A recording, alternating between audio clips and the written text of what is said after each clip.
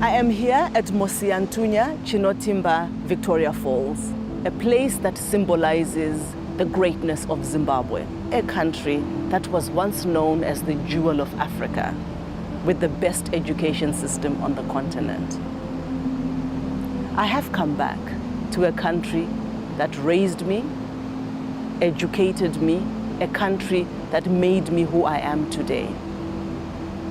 After suffering years of conflict and turmoil, I am here to find out what the future holds for the children of Zimbabwe.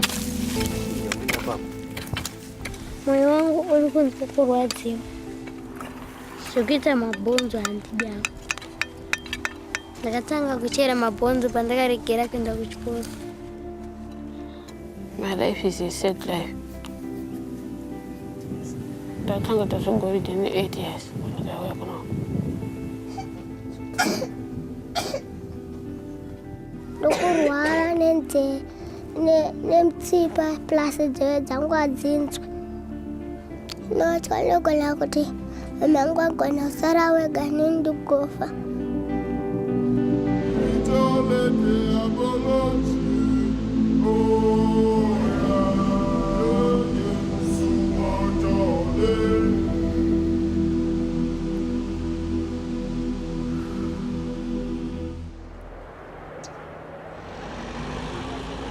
My name is Xoliswa Sithole.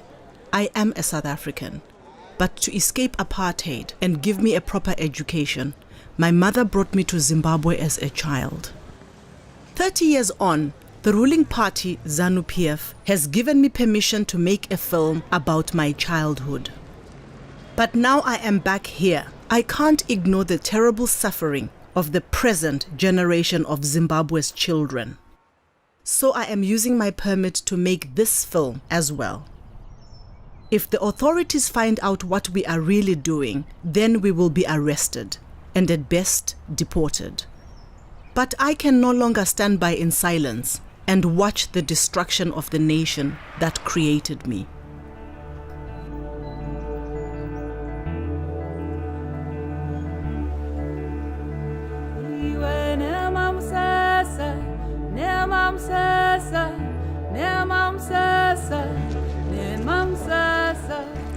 In a northern suburb of the capital, Harare, Grace lives with her sister Michelle and her father Joseph. When I was their age, education was everything. But life is so much harder for these girls.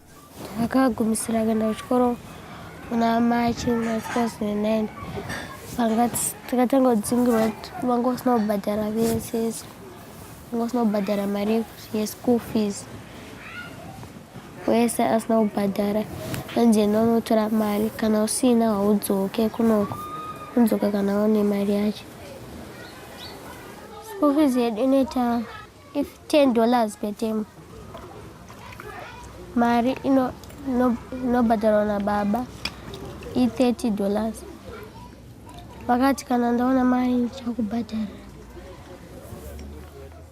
With 95% unemployment in this area and the economy in shreds, the only way for the family to earn enough to eat, let alone pay school fees, is for the girls to help their father scour rubbish tips for bottles.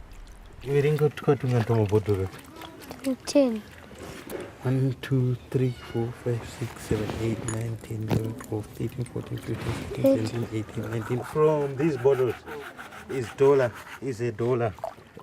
On these ones, when they are 30, we get $1. And on these ones, when they are 10 of them, you get $1. How long does it take you to collect them? Maybe 2-3 days. Joseph has been looking after the girls on his own since their mother left. She went to Malawi 4 years ago.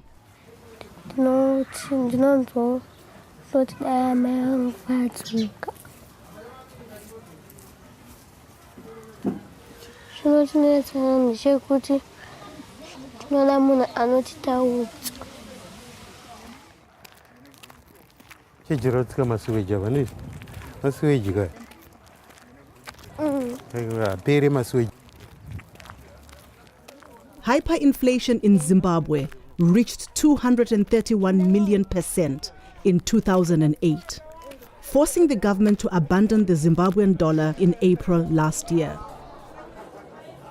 Most people now use the US dollar, but there are hardly any coins in circulation and few single dollar bills, making it very hard to buy and sell.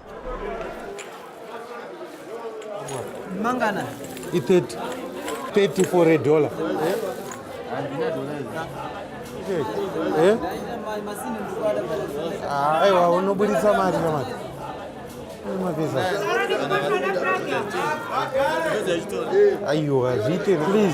Please. I'm the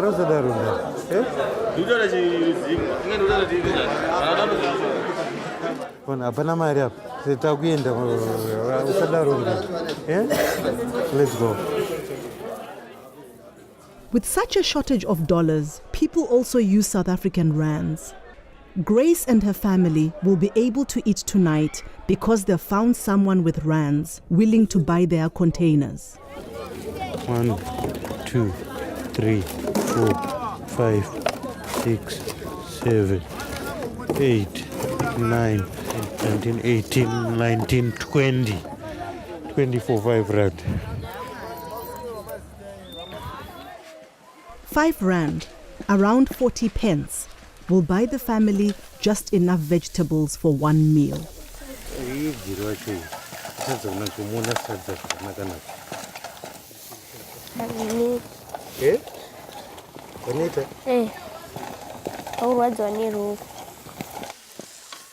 Just a few years ago, Joseph was a successful exporter of wire and bead figures. But when the economy started to collapse, the bottom fell out of the export market. Most people who used to buy our wires were the tourists and the foreigners, you see. They had better prices, you see, than the local people. See, when this land issue started, our people started taking the farms and all the whites were going out. They were leaving the place. And those who were giving us the orders, they never sent us orders. They stopped giving us some orders. When tourists are flowing into the countries, we had a lot of buyers. Fortunately for Grace and Michelle, their father had invested in a small family business before the orders dried up. So for a while, there was still enough money for the girls to go to school. Tanga tine tuck shop tichitengesa zvakawanda, tichitengesa bhutsu, mapleti, makapu, makamu nemabhuku ekuchikoro. Tuck shop yedu yakapazwa netsunami. Payakangopazwa zvinhu zvakabva zvangooma ipapo. The cleanup, known as Operation Murambachina, literally translates as drive out the filth.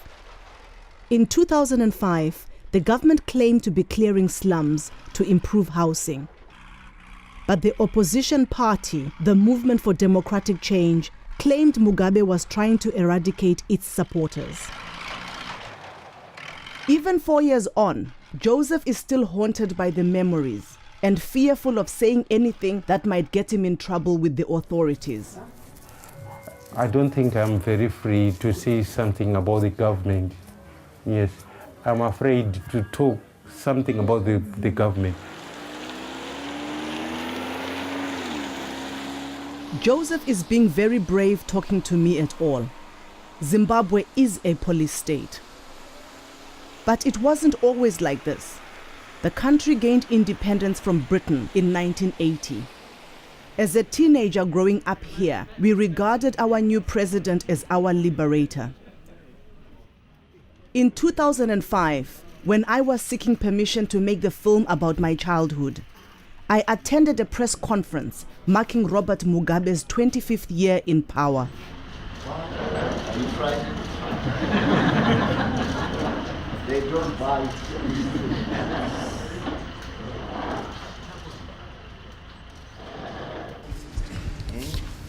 That is a stone. Yeah. Magadi. But tiripo Magadi oshe. Ndedu tese. No, it's just. I just wanted to say hello. She wants to say hello to Oh, I thought you wanted some. No. Asin rungu twangu Makorokoto zako. Okay, bye. Thanks a lot. Ndakafundiswa nezano ndakakura kunoku ndakaenda kuchikoro kunoku ndakaenda kuchikoro naye kuuniversity. Ndakaenda kuedza kurusunzwe nguva yehondo ndikaenda kuchitsere kumbare kwesoko. I'm Edson Sitwale's niece. Oh, I see. Yeah, the late Edson Sitwale. Oh, I see. Yeah, so I'm doing a documentary called Return to Zimbabwe. Okay. Celebrating a country that created who I am. Yeah. Going back to a country which gave me refuge, a home. Yes. And exploring many other things. That's good. You're doing some good work for us. Okay. And I would love to still talk with you. Sure. Why not? Okay, I didn't know. No, all the best. Thanks a lot. No, all the best. Thanks a lot. We are very happy. Thank you very much, sir. Less than 2 months later, Operation Drive Out the Filth began. My feelings about the film that I wanted to make changed irrevocably.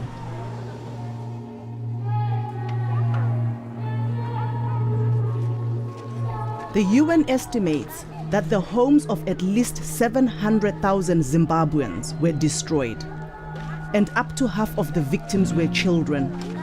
With nowhere to go, squatter camps soon started to appear on the outskirts of the cities. With no running water, electricity, or sewage, life here is hard.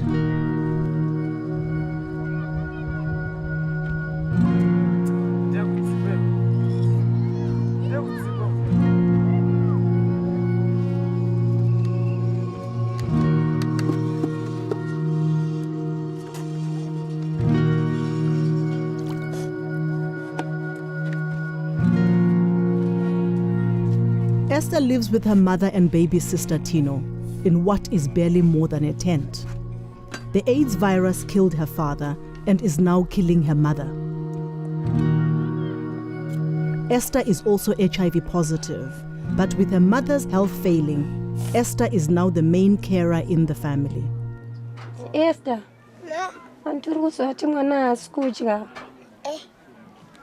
Oisa kapoto kadiki-diki. Ombikira porridge. Toita kumumwisa. Kuti atombowane simba nekuti akasadya awane simba.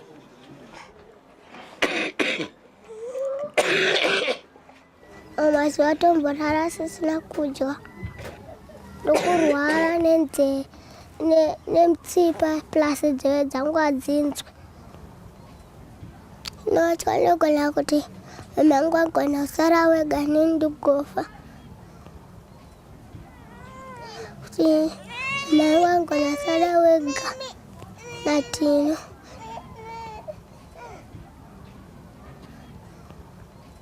Nondineta chengeta mwana. Akusenda kamoka. Ndombisa unapweni. Ndopeta magumbese ndontsvaira ndokoroba. Ndozotsvaira yadi. Ndosika maplate. Ndozowacha zvinhu zvemwana. Kana mama uzviitira tsvina. Ndonengoitira magumbese. Ndogadzira. Sanhasi. Amai ndapukuta pamhiri pano. Ndapukuta mumakumbo. Dzinorasa bhaketi rinenge rine tsvina. Tsvina inondinhuhwira. 1 in 7 adults in Zimbabwe has HIV. Life expectancy here has dropped by more than 20 years since I was a girl. It's now one of the lowest in the world. Sakaoma mwana mudiki akadai kuita basa rakaoma. Harisi basa rinoitwa nemwana mudiki akaita sewe mwana wangu. Sichanaka hazvo, Mwari dai andikomborera ndapora. Ndakuchengetaiwo sezvamuri kundiita.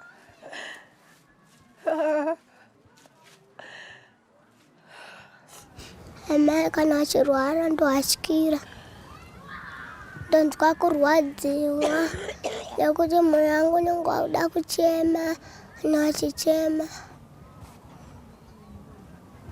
musodzi wangu unongozara maziso ngonyarara kuti wangona kufa tigosara tega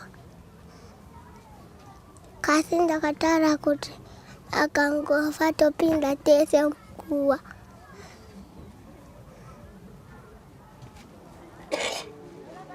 The burden of caring sits heavy on Esther's tiny shoulders. So I'm surprised to learn that she has a teenage sister. Yvette is 16, but abandoned the family for a life on the streets.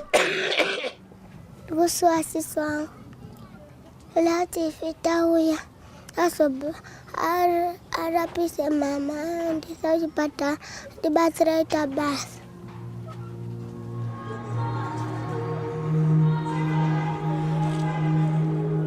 I want to talk to some of the children who live on the streets of Harare, but we have to be very careful filming the city.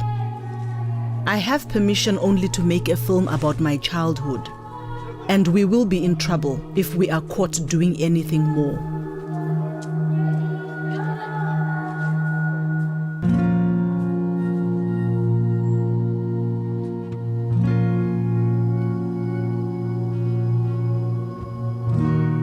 After 13-year-old Robert watched his mother die, he decided that coming to Harare might give him a better chance in life.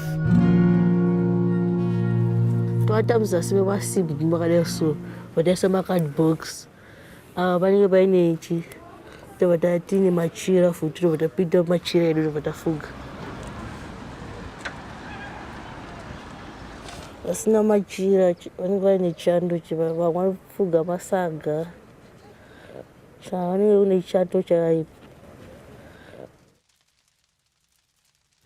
penguti kana ukaona pako pekugara nepekuata uswera uchitsvaga namari.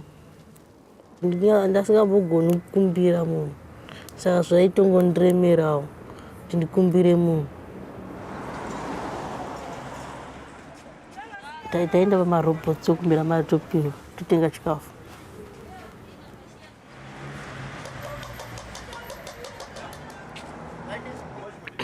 Pandakaya munositi ndakangwari panichaona munhu achandibatsira.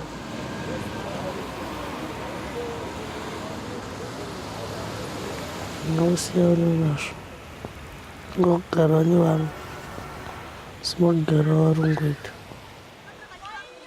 Once a week, Robert goes to a storm drain near the railway station to wash his clothes with some of the other street children. Mapurisa dzimwe vamwe mubatwa mubhorowa ndikaona vari kure ndobva ndanguvatiza pamwe dzimwe nguva tombotoitakageza dzimwe nguva mombosiyiwa vanongokusiyaiwo. I was shocked when another street child, 12-year-old Morgan, alleged that some police use street children as unpaid labor. Anenge achingonakidzwa zvavo nyange kukanzi kune kuda kukohwewa kupurazi remapurisa vanongoti tora obva vanotikovesa patisingadyi tongodya ka 1 per day. Mazuva ese unoita wiki tichingodya ka 1 per day. Vanoti chibage kana chapera vanoti tichienda vanotibvisa nemota yavo nemarori avo kubva vabva nesiko. Medzenguva vanotoendesa kucentral obva vatanga vada kutipa chikafu obva vatanga kutirova nyangwe nepuranga nyangwe nechii vachingotirova.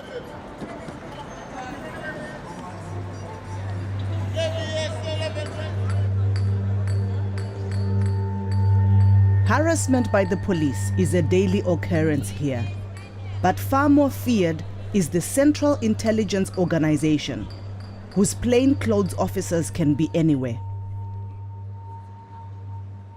Even if you've got an accreditation card, you always get pulled over. So wherever you go, you know, you're always feeling like you're watched. People stop you. And the other day, you know, when we were filming, there was a guy who came to me and he said to me, look, I'm part of the CIO. And I felt a bit harassed. If you are cleared, that's okay, but if you are not cleared, then we really have problems. I really know our concern. To say something bad about Zimbabwe. Sure. It's not to say really image. They are not satisfied with you just giving them the accreditation card. They want to get into the reasons why, where is the film going to be shown, what are the purposes. Hello? You have to tell us how are you doing this? Like Okay. what I've said. Yeah. Yeah, because I'm making a film. I have done this for the last 4 years.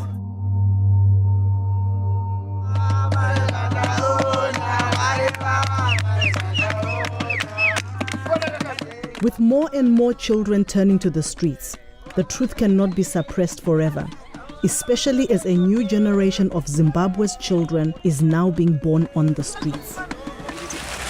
Ndakakwanisa 17. Mwana ndakamzvara mustreet. Ndakakwanisa 2 years ndiri mustreet. Mwana anonzi Shanteo. Ane 2 months mwana. Imba yangu ika imota yakaita accident hambi nomakore api. Ikasara zvanguwo zvimasimbi chete. Ndobva ndakungurudzirwa nevakomana. Ndobva ndabatanidza kuti musapinde chando. Kana ndotsvaga plastic ndoisa pamusoro kuti musapinde mvura. Kubva gore rakapera ndakagara ndichigara mushweshi. Zvakandiomera kuchengeta mwana mustreet.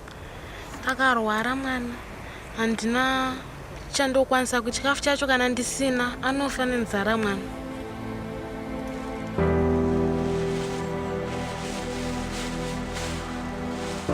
When I was in my 20s, there were hardly any street children in Harare. This country was the pride of Africa. But in less than a generation, it has changed beyond all recognition. 1 in 12 children here now die before their 5th birthday.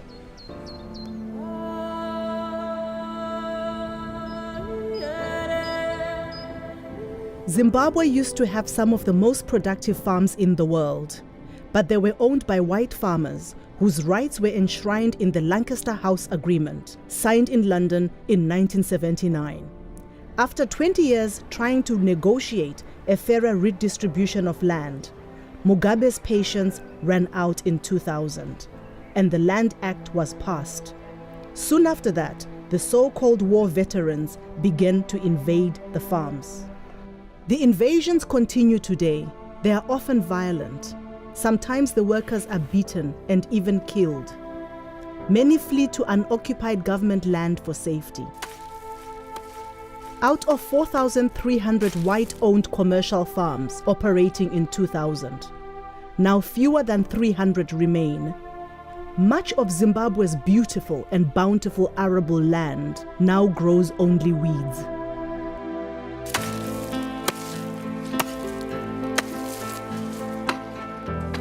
Orbit is an orphan. Like so many children in Zimbabwe, he lost his parents to AIDS. He lives with his grandmother, who used to have a secure job on a white-owned farm.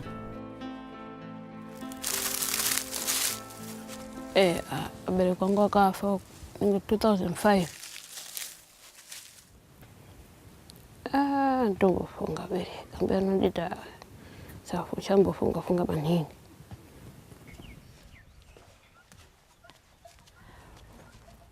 Ndaishanda kumapurazuku basa roforomani. Weso ndaisa kukunda futi murume ini ndaiziva kuti vana vangu vese vaishanda papurazi apa ndaishanda. Murungu uyu ndakatogara naye nini kushanda naye basa. Murungu ngari akanaka number 1. Aindibata futi maoko mairi tese nevarume vangu vanhu vaiti ndiri mwana womurungu. Asi vakazotsandaniswa bisiona akara maurovheti. tende takabuda kupanda varungu vakaenda vachena. Orbit and his grandmother must now eke out a living from the land. Their only source of income is for Orbit to pan for gold. But this is strictly illegal as the government controls all mineral rights.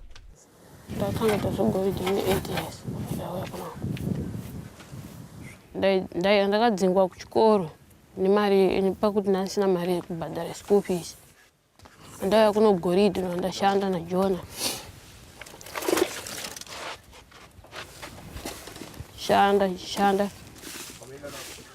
Shanda kufonga kupera kumba imwe ndatenga huo. Pandakadzingwa ndaenda ndodzingwa ndouya kuno goridhe.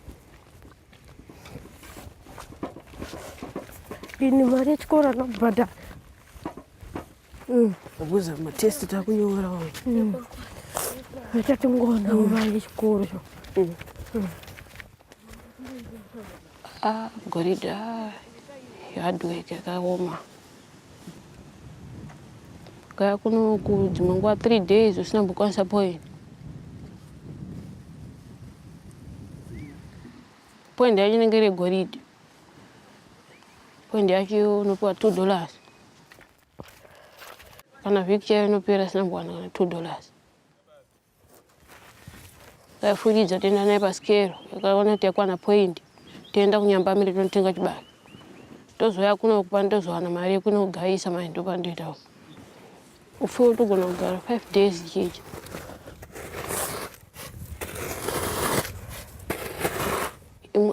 Days akawanda ndowanza kushandirawo. Wozi kumba kune kusinawo.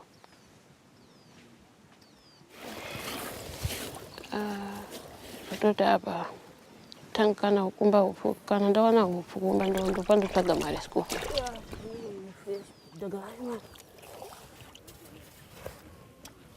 Hapana zvokuti rugare rokuti wabeti ndiye wararamisa inini kakati mzee kaenda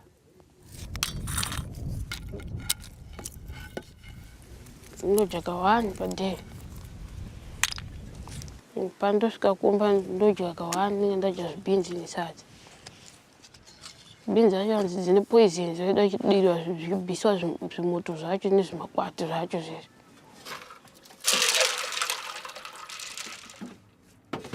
Wakagumisisa kudya nyama rini? Kudhara sitenda gumira kudya nyama kudhara.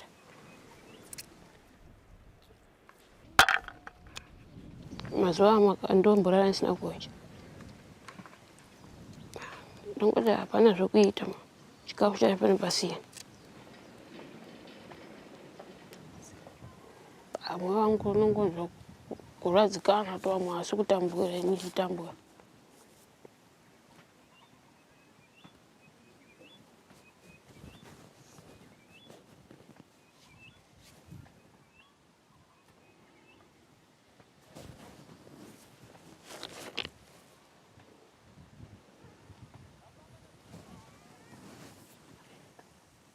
Chizvinoita kuti ufunge kuti ukutambura? Chandofunga kuti kutambura because zvacho zvandikuita. Vamwe vanenge vachitamba ndiri kugoridhe.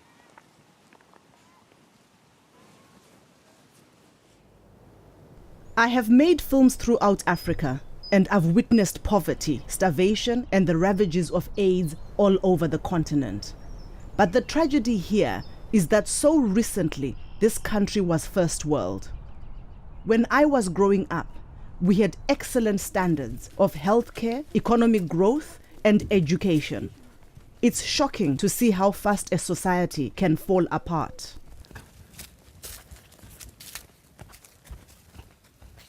Anderson. Where are you? What about? Apa? Aku nak pergi kau. Ya, pergi pun. Mana pergi pun? Aku kawan. Oh, dah kau ni. Oh, semua yo. Oh, kau yo. Semua orang dia ramai. Oh yo. Na obedi tani 2 years tishamaliza. Na obedi na Jona tinerera tesi tongotamburawo sinerera. Napatenda tsoga urimbo kuti tiyeshire. Tinoenda kumakomo uko. Tikaona urimbo uri mumuti. Tokwira. Totanga kuita sekukusha. Urimbo uchidonha pasi. Vamwe vachiita sechinonga. Chidonha pachinonga vanhu. Mwari mumuti achiita achiriga urimbo uyu. Handichokwira mumuti.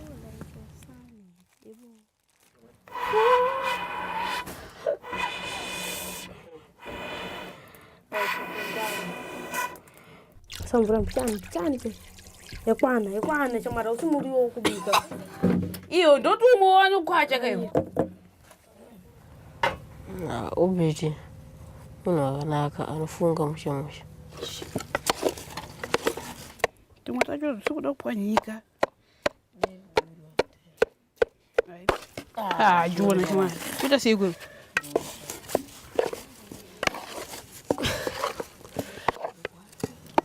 Ubiti ane mbiri yekugona chikoro. Kuti anokuramba ingotora manhamba wani chete.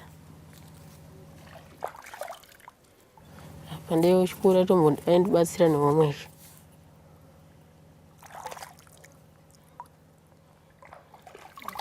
Jona nero fast go. Ndoshoti kumba kanditangira but ndakatanga. Uno kana matema ngani. Korera kanga yakapisa mudunhu rino korera. Toto amwe akatofa nekorera. Ndombofunga kuti ambi angu akafa hapana zvokuita. Hapana kwandoenda. Manje tinoita sei muriwo nako manje? Titora nenzara. Apa dautoenda kushiri. Muzvinetsa kungoenda kushiri musingabata. Nefa nenzara mukati musingabata. Manje tiri kuramba katetsa sei nzara tinofa kazvedu nenzara. Tinongodyawo dhaga. Dhaga panoti inobata shiri. Kwauna kudya vaya sakadya dhaga uchadoro pachuo. Ana kufa. Saka mudoti ife ukambura kuti chidya. Kuti ngaite sei? Imi muneje na ndije dhaga. Aini ndinodya. Sasa sidaenda kushiri. Mukabata kamwe chete matikabata shiri. Ni kutobata. Batai zvini basa re.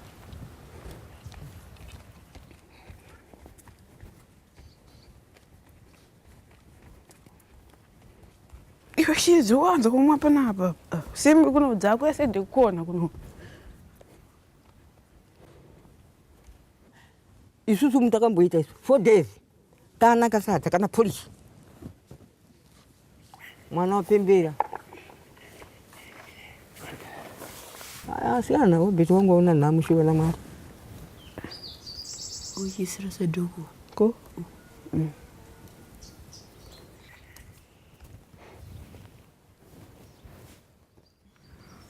Asato nyoguru anezi, chiri nywano chiri shibomwa.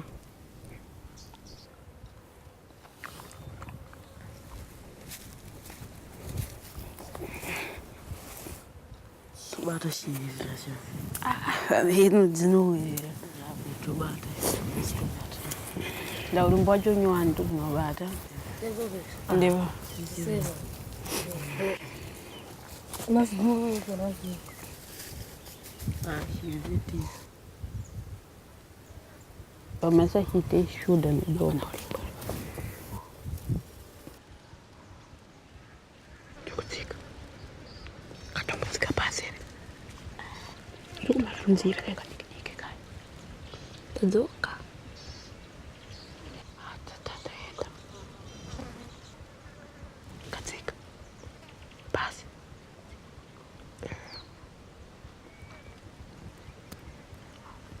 Pane urimbo kaya baba. Pane urimbo. Kabatiwa. Kabatiwa.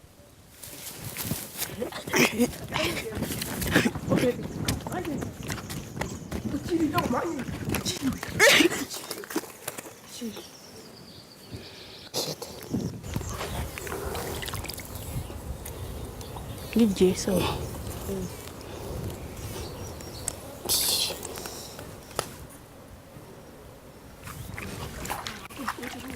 Isha.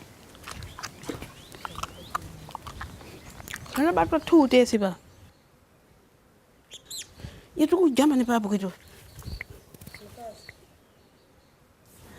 Ndakafizuka inini nenzara kuda kufa nenzara ini ndakadonera hapo ndakakambaira mwari ane simba ndakakambaira ini kuenda kumajuru chigare chansatu ndadya majuru kuenda kambai kutora kabadza kweni ndakagara pasi majuru aya babuda natochufa kuisa mukarumu nditora kuye kuchimsoro kuye ndedumura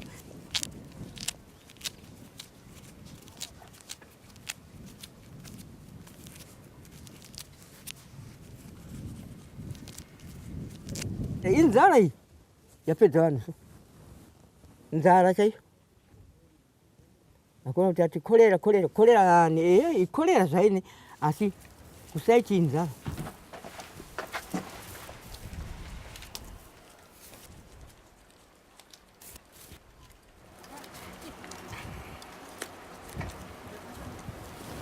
Taneta bade tongo tabana zogi trishingirira twanukura.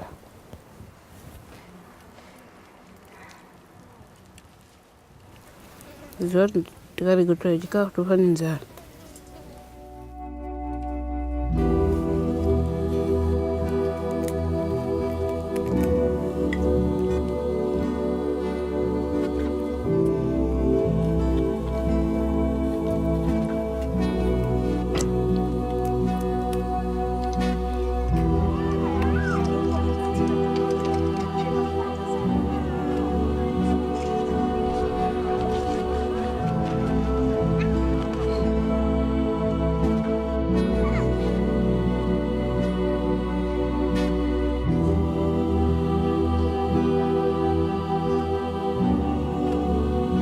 Back at the squatter camp, Esther has taken a turn for the worse. The little food they had the last time we were here has run out. Poor hygiene and virtual starvation means Esther has become very sick. No, I don't think I did.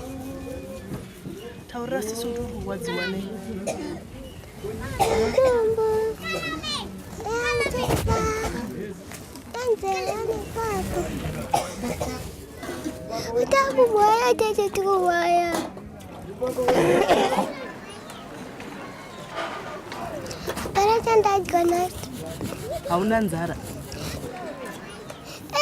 Nzara. Saka uchanjike. Hapana. Ningananga ntuwacha. Natacheba.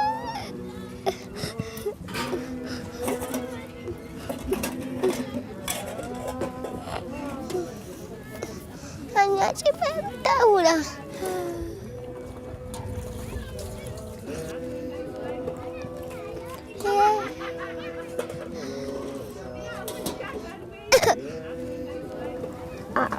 Akangotanga kuri kuchayeko apa sasongoita wese angoti mama ndoda kuti akati ndiri kurutsa obva achaya nekurutsa nekuchaya zvese kana dai kuchipatara kwacho akaenda mari yacho yekunotenga mushonga handina ambe ndataura nemumwe mukadzi weapo akati pane zvadoda kutoita anyarara zvawo. Even if her mother did have money for medicines, there are hardly any hospitals left functioning in Zimbabwe. In my youth, the healthcare was the envy of Africa. But today, there are more children living with AIDS per capita than any other country in the world. Apa ndakasimba zvazvakandinakira. Ndaichengeta mhuri yangu zvakanaka zvekuti vanhu ichienda kwandoenda kunana women trust, kunana women action group, ndinotaura nawo, kunana women's coalition, ndinotaura nawo. Life for Esther's family was so different just a few years ago. Her mother was an active community leader. Maramba chine yakatanga vanhu vachingonzi pwanyai mega dzimba dzenyu ingodedzera mapurisa nemasoja vari muzvimarori vachidedzera. Pwanyai mega dzimba dzenyu pwanyai mega dzimba dzenyu. Saka wakangori kwekutanga kwakatanga kudedzera. Tatakura mabhegi edu taenda pachigiraundi vatasvikutotanga kugara tuupfu twedu twatatinatwo ipapo tinatwo kumba tusvikutanga kushandisa kusvikirana twapera pandaona kuti zvaoma pasina chekubata. It becomes a situation whereby people are actually living undignified lives. And I've always known Zimbabweans to be hardworking people, self-sufficient people, people who were very proud of what they had. They've always grown their own food. They've always worked very hard. And what I'm finding very hard now, shacks are mushrooming everywhere because people can't afford rents. You know, there's high levels of unemployment. And also the clean-up operation has had a lot to do with people actually not having anywhere to stay. And I'm a bit taken aback because, you know, we never thought that we would go down that route.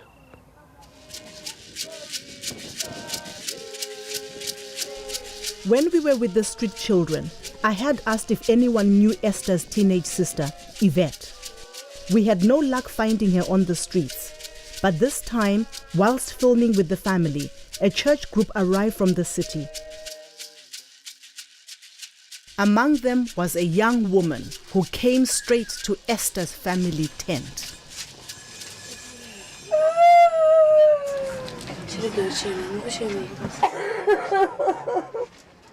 Mama.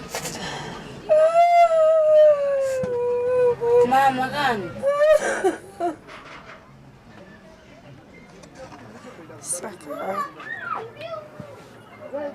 Korere yesu sina kuona mai. Mari yacho yakuisa kuno mama yenite. Papa paya ndatokwidza nemadzimai. Anchita ungasari. Kana dai uri unombonzwa sei? Ai fita kudaro wena. Mama muchiri kuchema anti ndauya here.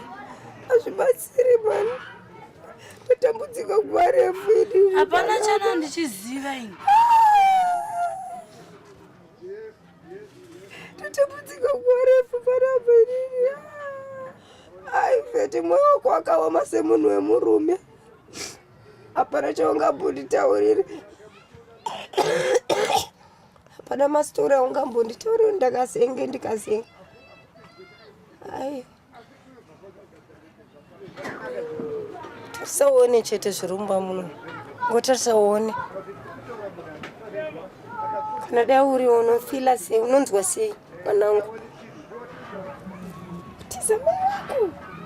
Papa. Unakidzwa nechi street kid.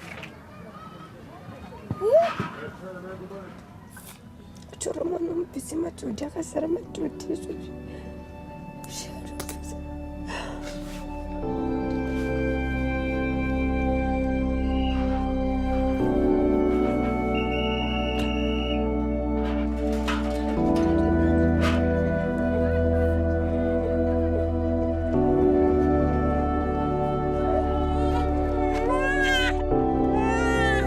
Yvette told me why she had left her mother and sisters 12 months ago.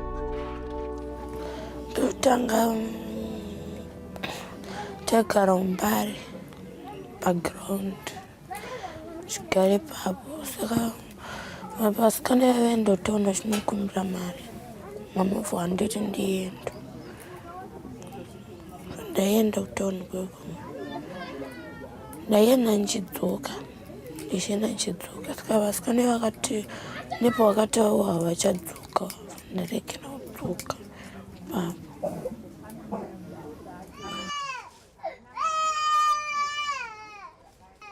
Some of the church women who arrived with Yvette helped to bathe her mother.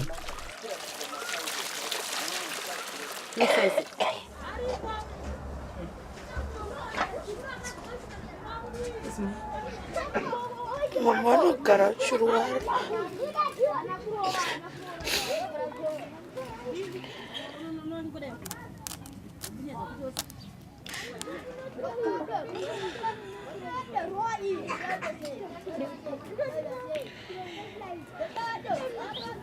Arwara nguva yakareba.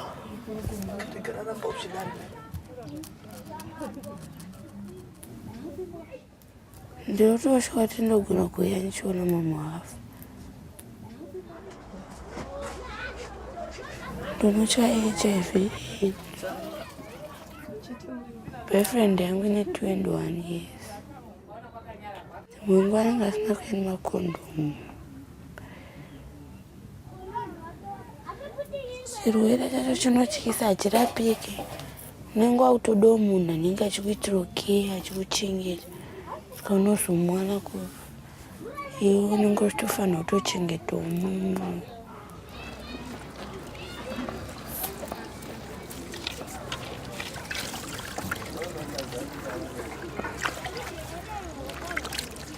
Musida kuita chipata-pata pane imwe nguva but muchisiya munhu shuwa gore rese ndisingagezi vanhu muripo. Achiri kundikwadza ichi. Dzanga dzichitotera nekamuya kaikaite kwehunyoro kaikachiripo neni nekuti ndachigeza tsvina yanga yakaomerera. Ndaya. Mwana kudya. Moyo urwadza. Wacha moyo. Wacha moyo. Wanda kuudza kusvikuita wani. Unotora hembe woningirwa.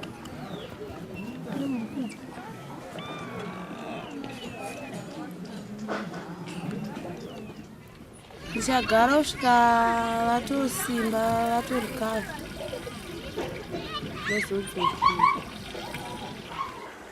Kana emonth yese ndogona.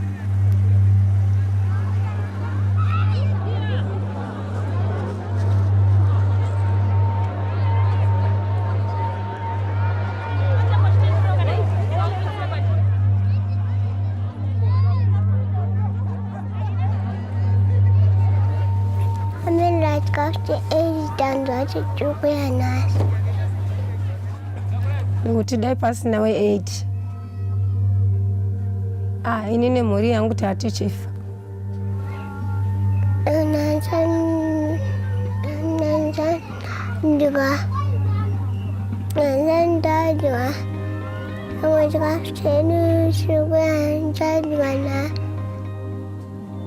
Changu ndinoita kutambirirwa. Nekuti handigoni kuendawo ikoko nekurwara.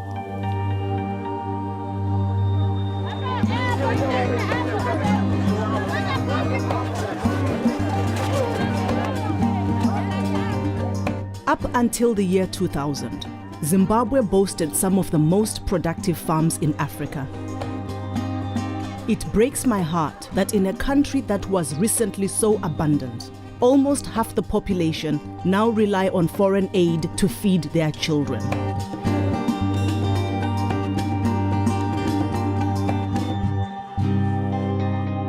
Esther's uncle has come with the family's aid ration, but his arrival doesn't bring the same joy as seeing Yvette.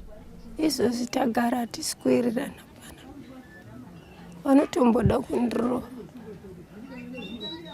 Pana. Kana ndikatiwo madii kudai. Vanobva vatonditarafu. Tofunga story zhinji makainzwa kubva kuna Esther.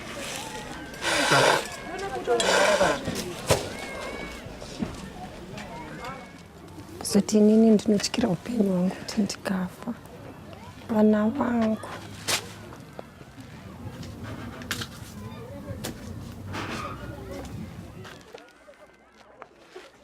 Saka kuti nditarise kuti vangakwanisa kuchengeta Esther nemwana wangu.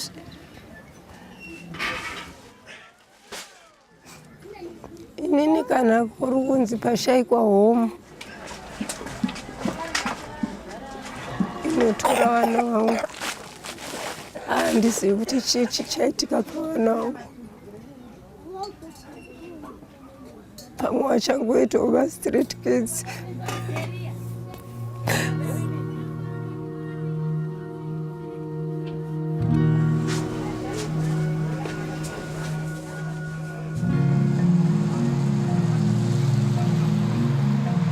Malnutrition and lack of clean water is killing more and more people in Zimbabwe.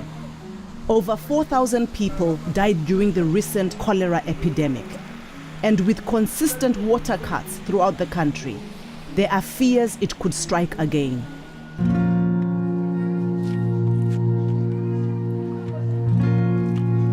In the suburbs of northern Harare, Joseph knows that the girl's survival depends on staying healthy, as they can't afford to see a doctor, even if they could find one.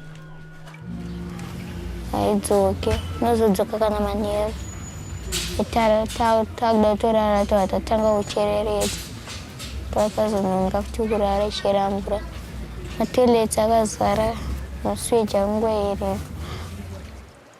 Now it's almost 2 days.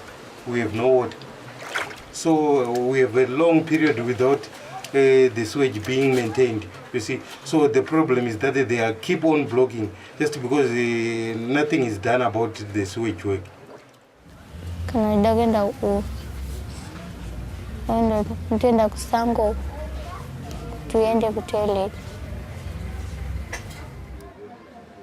live in a situation like this without toilets, you see. There are mosquitoes and flies, a lot of them. Every week we experience this shortage of water. So it's in everyday life. We have been suffering with this sewage work and water works almost for 3 to 4 years. What I've seen is shocking. I mean, I never in my life imagined that I would actually see open sewage systems in this country. I never in my life imagined that actually people at some point would never be able to flush their toilets for 2 years and actually having to resort to going to the bush to relieve themselves.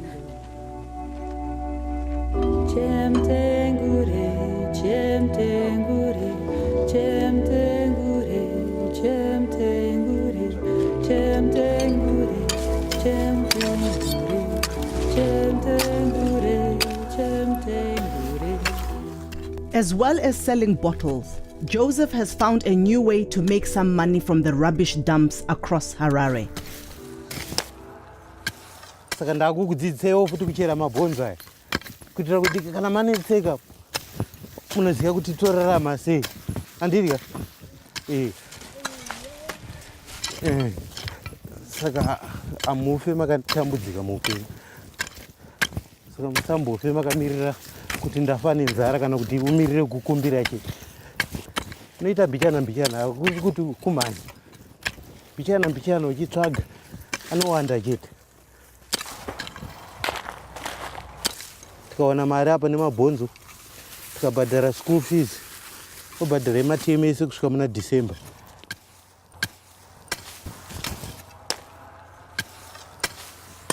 Basa randikuita rakaoma. Mabhonzo anoneta kuchera. Moyo wangu uri kunzwa kurwadziwa.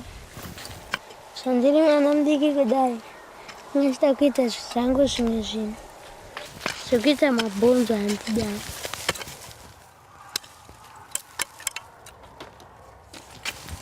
Pane bhonzo iri? Nambori nhonga rimwe panga achichera. Regera kana chiri zvimwe. Ndikutoita itori child abuse andimona. Ndikuvatsenzesa basa ravasikafanirwa kusenza. Saka zvinotondirwadza.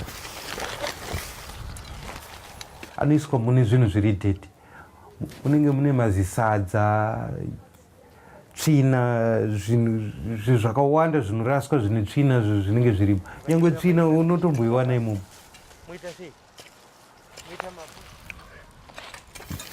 Zvinorwadza zvekuchera.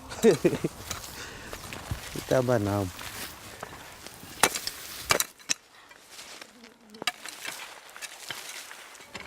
Taneta nikusekwa nevanhu nzira tichisekwa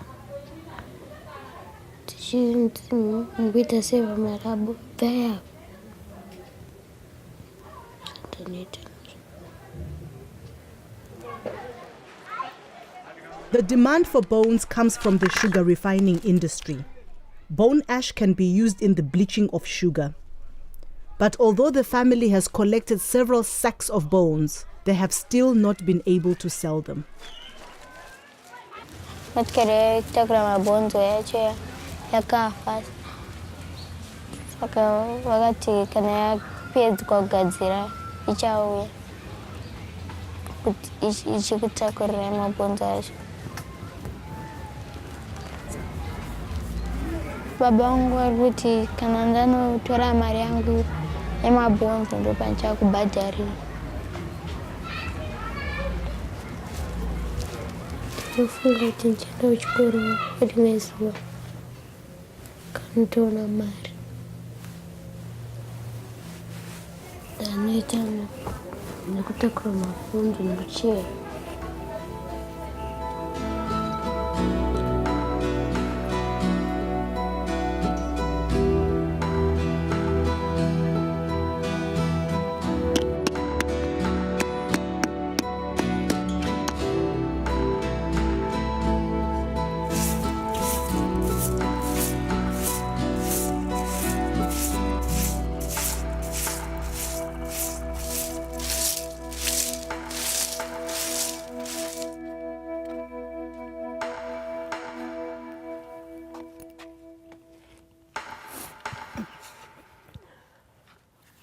Beti, kwa mangwana pa chikoro chikuvuliwa. School fees tinoita sei mwanangu? Tungaenda Goridi tikashaiwa taishaiwa. Zvemvura zvineshuva pamwe muneshaya. Kana kaenda kuti futeke hazvina basa rese unoturaya. Dzikuita sei shiri zvacho? Shiri kuya dzineuya but urimbo wacho mwacho unenge usingabati. Munongoendawo kupishu. Murambi wacho haisikubatira.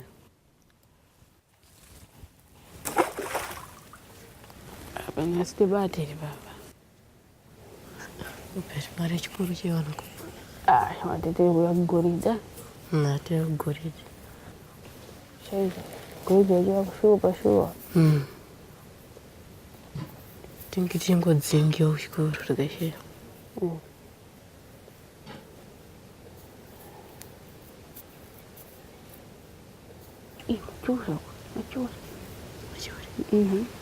Nasi ndikuona fana kuti tobata kana kudzokera tisina bwana.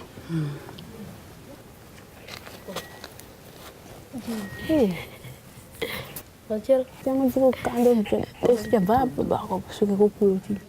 Abuba Ivanzi. Bata buba. Iya. Machure. Apana papa kama.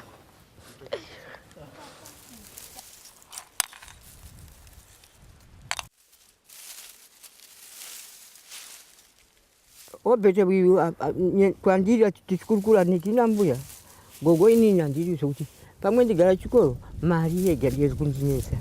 Ini chikoro gogo ndinoda kuti ndidzidze sereki. Kuti ndichidzidza zvangu inini. Ndidzidze zvokuti uyaone futi. Kukunda baba wangu inini. Baba wangu mamutakapo. Ndinoda kuadzvanyirira ndichienda kucollege futi kunedzidza futi. Amboionawo kuti waonewo goridhe kana kuti aende. Aione. Irikutadzika arume akuru. Neivo vakara vangaiwane. Vachere pano aona hapanayi, vachere pano aona hapanayi, vachere pano aona hapanayi. Mwana wangu akapedza kupedza chikoro ndaya school fees. Moyo wangu unogumbuka sei. Ndakurarama kwemazuva ano kana mwana kuda basa kuti ashande kuningirikina kuziya chikoro. Mwana ndoda kudzidza. Ona imi mukutaura chirungu apa. Kuziva ruzivo renyu abereki enyu akakushupikira iso stereki. Kuziva ona chirungu muneziva, chii muneziva, zvese muneziva. Handidya. Ndiyeswera nawo kare Robert. Ndizvo ndinoda kuti ndiitewo. Inini ndeshupika. Tinoenda tikabhafu kenda kuti nako. Nditora kabhafu kangu kai basi. Andi. school fees mwanangu. Kana mwanangu asina kupedza chikoro, vanhu anozondora ndafa. Ndakafa zvangu pamuti akona kuti pamwe. Pamuti chaipo ponengera fira.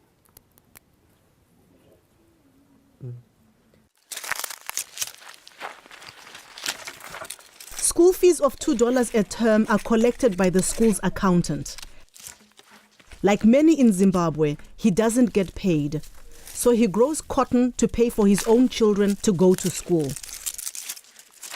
Most of the people staying in this area, they were from the farms. So they came to stay here after the farm was taken for resettlement purposes. So that's why most of the people came and stay here. We have more than 10,000 people who are living around here. Most of the children from the community, they don't have money to pay for school fees.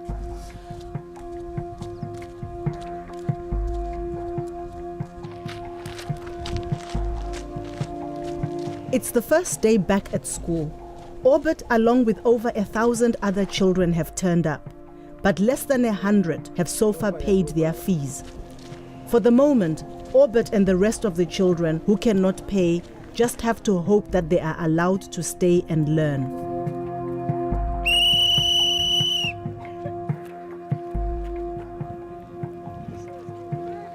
Right, shows our classrooms. Let us sing our marching song and go into our respective classrooms. Marching song. Praise the leaders.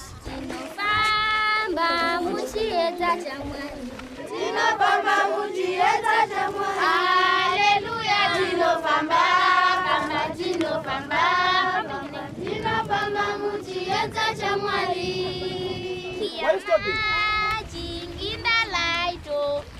We are marching in the light of God. We are marching, marching, we are marching.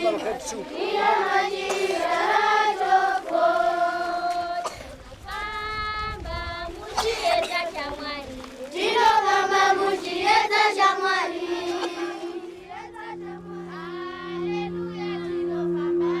Chikoro chedu chinechi ndinoona kuti paripo patakambonyora vana nherera vakasvika kuma 350. Klasi yangu ine vana 63. Chatisine mabhodhi acho tinawo asi mashoma. Ndozvimwe zvinosakisa kuti matichers ese vana vakasanganisa. Unogona kuwana kuti magrade 1 anenge achisvika kuma 125 vanogona kunge vachidzidzira panhu pamwe. Nemhaka yekuti hatina mabhodhi akakwana. Saka izvozvo futi zvinoaffecta vana, havazokwanisi kuti vanzwisise kana vakange vakawanda. Obeti mwana anogona chikoro, asi kuti ane dambudziko muupenyu hwake. Akabatsirwa naticha ane chido, mwana unokwanisa kubudisa maresults akanaka. Yes, Obet, can you rub the boat?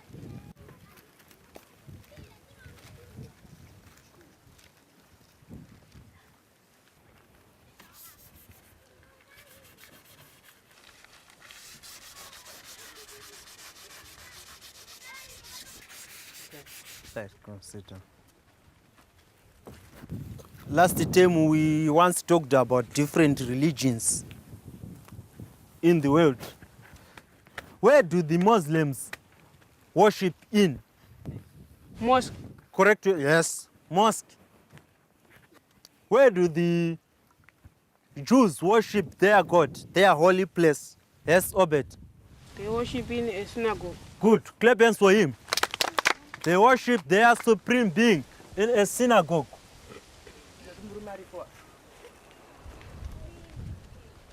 Good morning, sir. Good morning, class. Good morning. Kune mimesi hatina kubhadhira school fees, handiti? Tiri kumboenda kumba tichitaurira vabereki here nenyaya ye-school fees. Vari kuti kudii? Vari kutsvaga.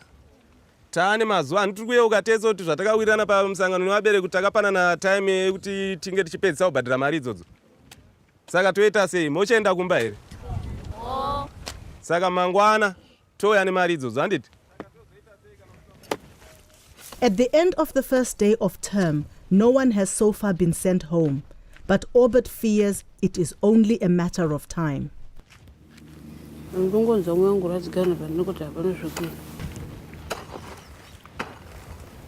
Inisi mwana ndofunga kuti vana vechikoro varombo havafaniri kudzingwa chikoro. Pakuringira ndofunga kuti upenyu hwangu pamwe harachazondibatsirawo ndozova munhu rinoniwa nowana mari chiwanotengawo mbacha chitengawo chikafu. When I went to school, post-independence, Zimbabwe had the best education system in Africa, if not in the world. Mugabe invested in human resources, invested in educating people. Schools were resourced. Education was a priority. There was no child who didn't go to school regardless of whether that child was poor or not.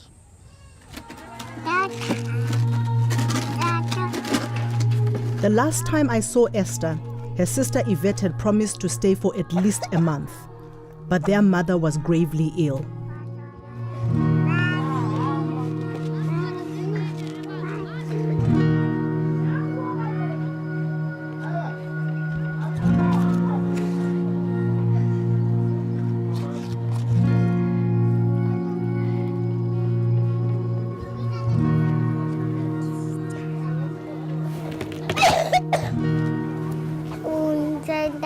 Plate pani dan baku tukur ndawuya wanade mamaji alam bakanyarara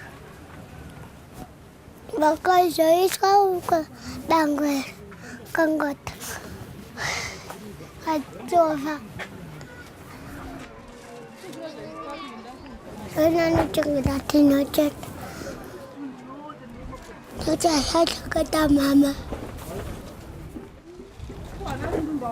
Ini tahu kata mama nanti no.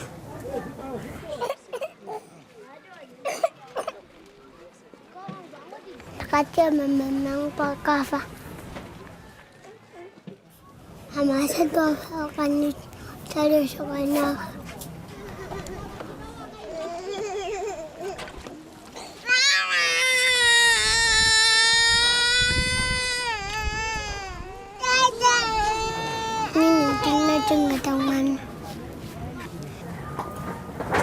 Nggak mana sendiri dah syukur doanya food dia kakuan tu juga sakakuan menanam sudah balik hati kacung pulang pijan ada aku di nomornya menaf ini chapter yang sih.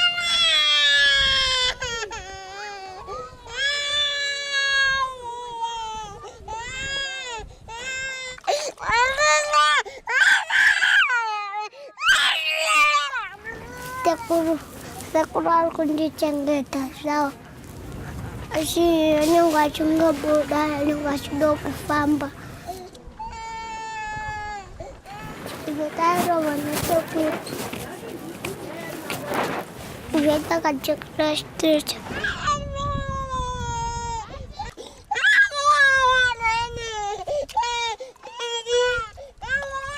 tudan cenggeta mana nalpan ini.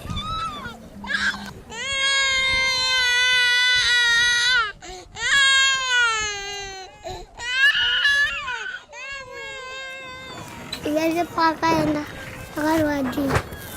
Kude angkat cisian tega.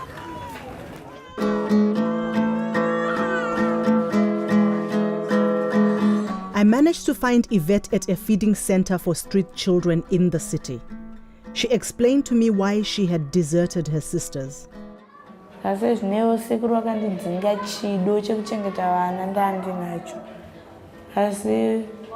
chekuita ndopandisi story. Mama wangu wasi adogara nchivarota dzimwe dzenguva. Pakazoshamba mataiwirirana. Nondirwadza kuti Esther ari kuchengeta Tino. Handina munhu watyira. Tarigara nasekuru vane utsinye. Utsinye hwaitwa kwandiri ndo hwanongotokwa nangu. Kaivavo manje kuti nditani ndina.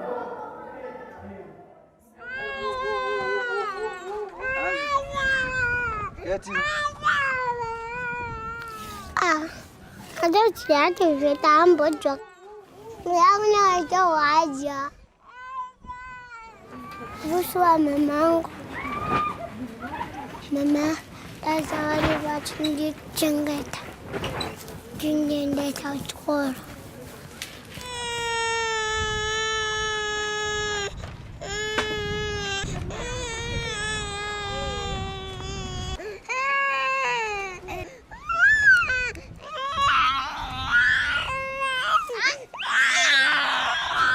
Nanti namanya karena jenis ini ada punya rida.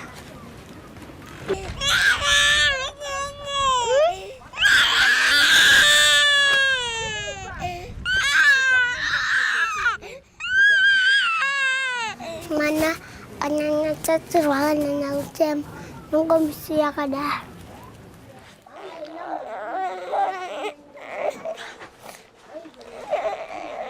Dia itu. Esther, ngomoro Esther. Andidi. Chichika nana. Njani. Eta, iwe chaya. Chichika. Iwe ajikira mwana chete apengiso. Dade.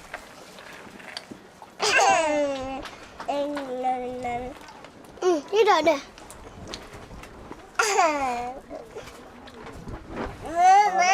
Mama. Apa? Akak kamu jaga gua. Panas setan. Akak kamu jaga gua. Mana jadi setan.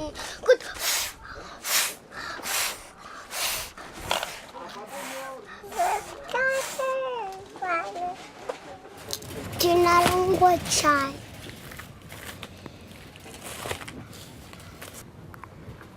Nang juga fumba.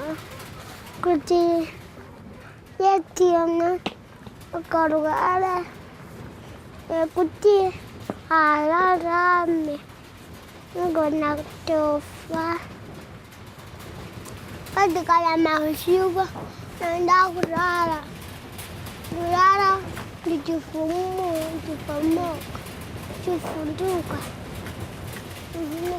Jadi makanya syukur.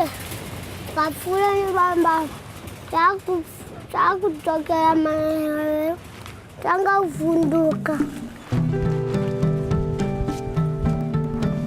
Jadi orang numpuk fadi. Nenek doma saya senang gogaran kaki.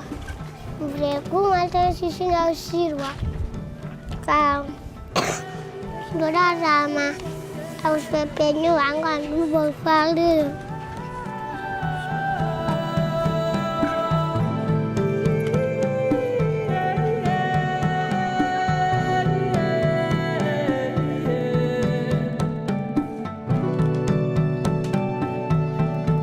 In northern Harare, Grace and Michelle are trying their luck and have returned to school even though they have no money. But with teachers not having been paid for months, fees aren't the only obstacle to the girls getting an education. Takatanga fikira fure sakasata mbufunda chini. Maticha asikudzidzisana kuti anopiwa mari yacho yawo yakakwana. Patikatanga ndo chikoro maticha vaitoti togona kuenda pastrike kana asina kupiwa mari yatiri kuda togona kuenda pastrike. Saka hanzi strike third term yakaoma. Hanzi saka munogona kutodofora mese klasi yese. Saka mutoene mari kuti muende kuma extra lesson kana musina mari hameno zvenyu munongofoira mega kuti kumatemu tematatu temino iri kudzingira kuti vanhu school fees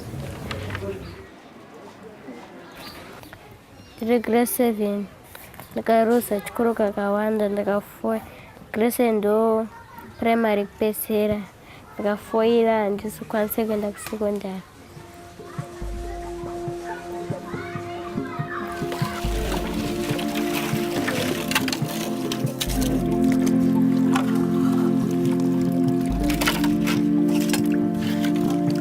Pachikoro anenge achitidzinga achida kuda mari yeschool fees. Chandinyaso ndechekuti dai abereki angu aripo andibhadharira school fees ndaisikambouya goridhe dai achingondibhadharira school fees. Headmaster achandidzinga mari yeschool fees achiri kushupa kuana. Toti headmaster kusidzira mangwana vanhu vakutodzingwa nenyaya school fees.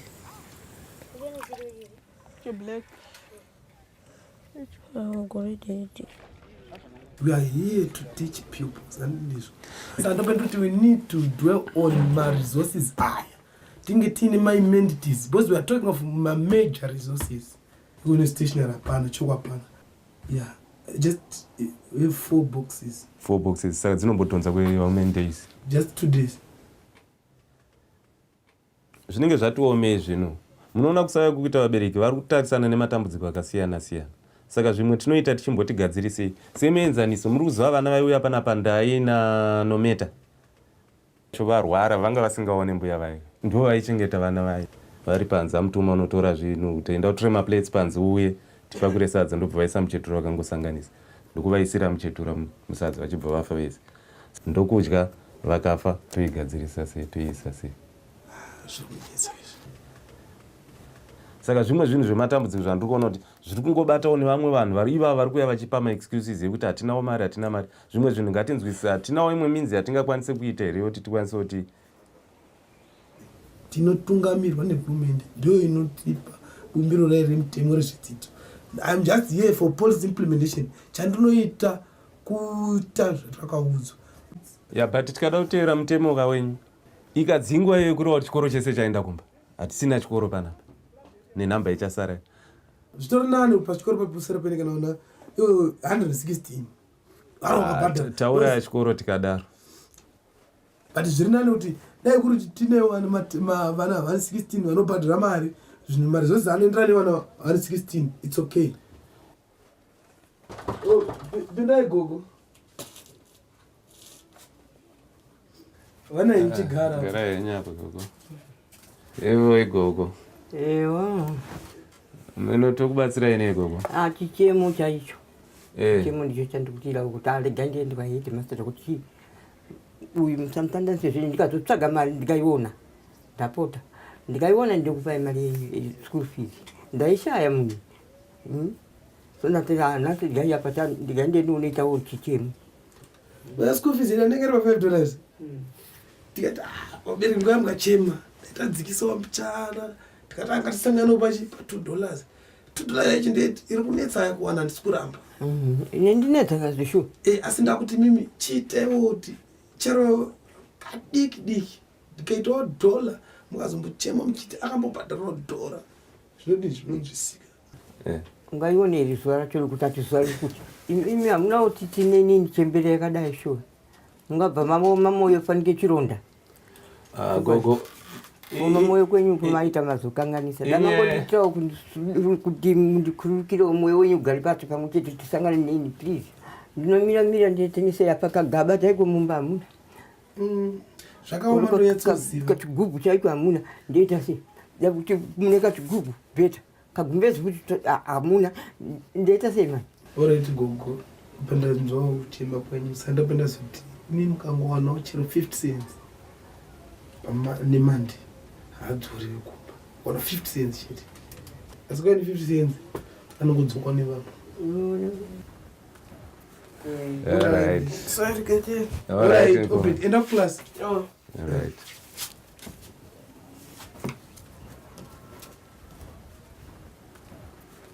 50 cents ndikana mwena atidumye paka ndinono hapana kuti ndinoone kugarira futi bana ndikuuliza ndabvunza kuti kana ndikata nzvimbo yangu dzimba mari yacho hapana kwandikwanisa kuiwana.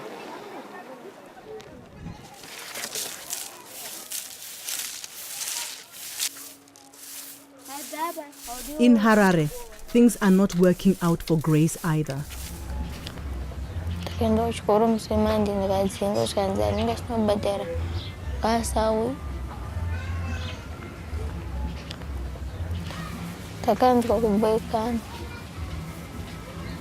pandakaenda kuchikoro ndikadzinga.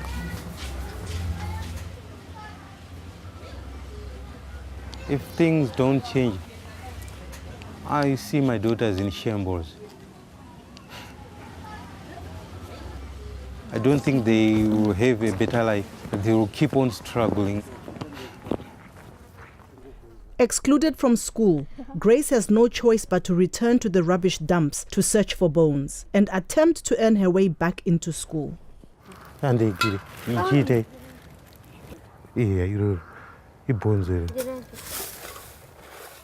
Ndanga ndiri president ndaendesa vana kuchikoro vamwe chibatsira nherera asina mai nababa nekugadzisa matoilets kupinza vanhu basa. Ndanga ndiri president ndaigadzirisa zvinhu zvese.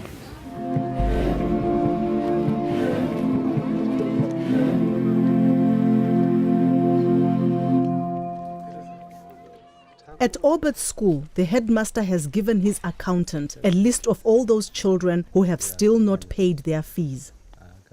The school is owned by the government, but sometimes it's failing to supply the needs of this school.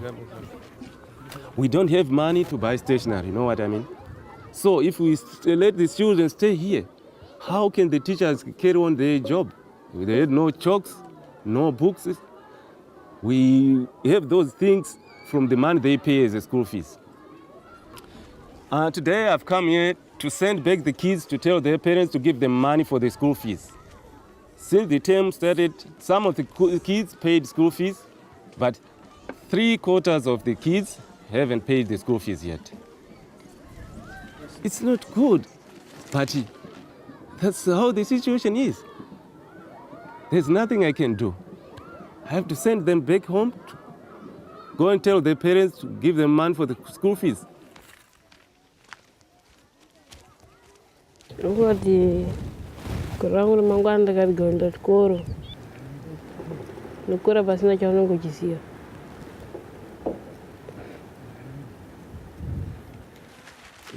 Nyaya ndainga maiziva magara muchingozviziva ndeti mirai apa pasina kubhadhara vaya mirai apa imdimu musina kubhadhara mari andeti ande right iwe yai ande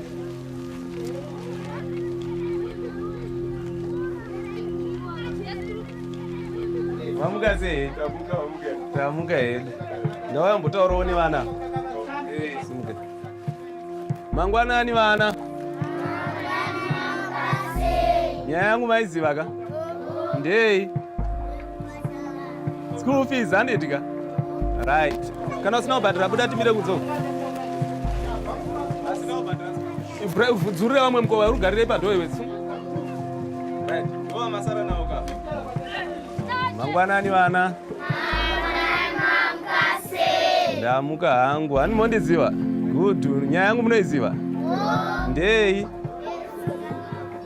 savasina kubhadhara vaisumukai tibude timire panze ngatisumukei tibude timire panze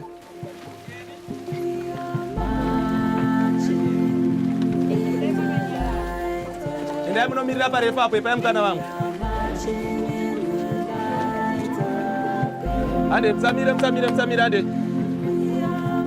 ande handisida kuona anomira pachikoro apa ande right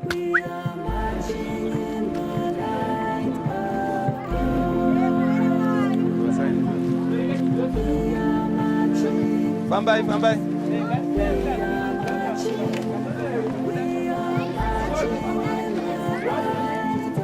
Anomoziva nyaya yangu kana ndichinge ndauya kudai. Se vasina kubhadhara school fees, sumukai tiende timire apa. Ngatisumukei tiende apa, tisapedzera vamwe nguva, ngatifambei izvozvo takanyarara hedu. Fambai, hande vanangu. Hande. Right. Hande kumbato ntura mari. Hande.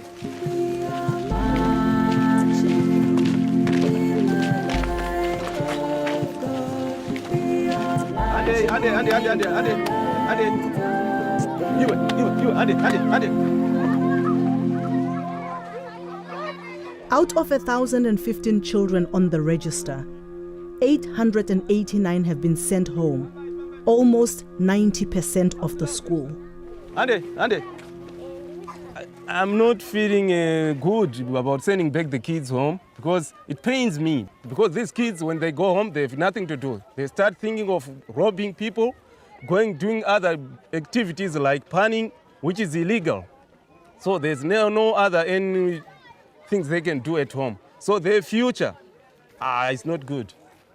It does pain me when I see what's going on because it's about the loss of opportunity. I had opportunities in this country.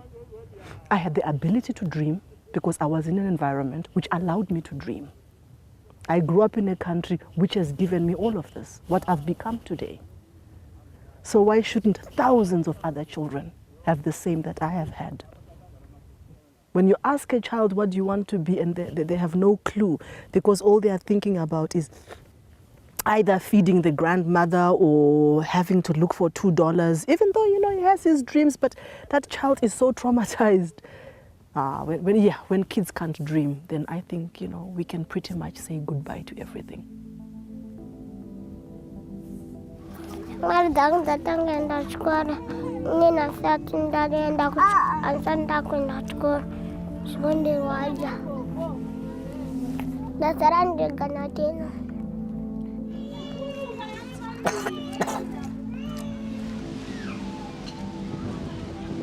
Ning, gak senda sekolah penyangku. Ning gak wakai. Ning gak snap nak kasih.